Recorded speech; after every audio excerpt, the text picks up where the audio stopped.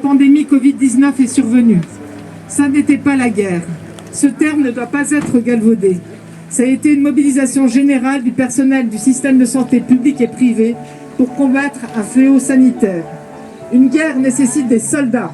Nous ne sommes pas des soldats. La guerre nécessite des armes. Nous en avons été progressivement dépouillés au cours des 20 dernières années, lits, personnel, matériel. La guerre nécessite une stratégie dont nous avons été dépourvus.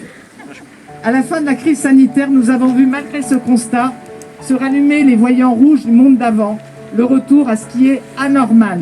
Les mardis et les jeudis de la colère ont fleuri dans de nombreux hôpitaux.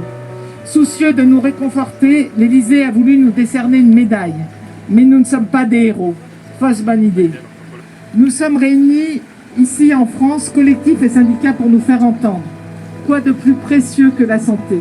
Nous mettons symboliquement nos outils de travail à terre, comme sera bientôt à terre notre hôpital public, si un plan de sauvetage ambitieux n'est pas annoncé, à l'instar de ce qui est déjà chiffré pour différents pans du secteur industriel.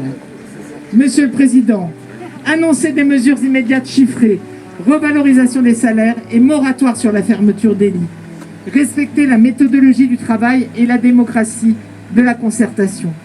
Vous avez pu compter sur nous. Pourrons-nous compter sur notre État pour relever le service public de santé et qu'ainsi chaque citoyenne, chaque citoyen puisse compter sur nous en toute sérénité, quoi qu'il en coûte.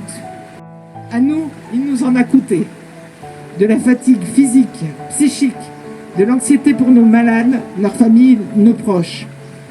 De la culpabilité, des tourments déontologiques sur la prise en charge des patients et de leurs familles à toutes les étapes de la maladie. Ce n'est pas sans émotion que nous nous réunissons ici. Le 23 mars, nous y rendions hommage à notre collègue Jean-Jacques, décédé le 21 mars du Covid-19.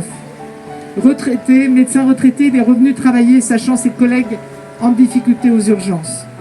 Le collectif Interhôpitaux a recensé 41 soignants décédés, chiffre non exhaustif. Pour leur rendre hommage, je vous demande de les applaudir pendant 1 minute.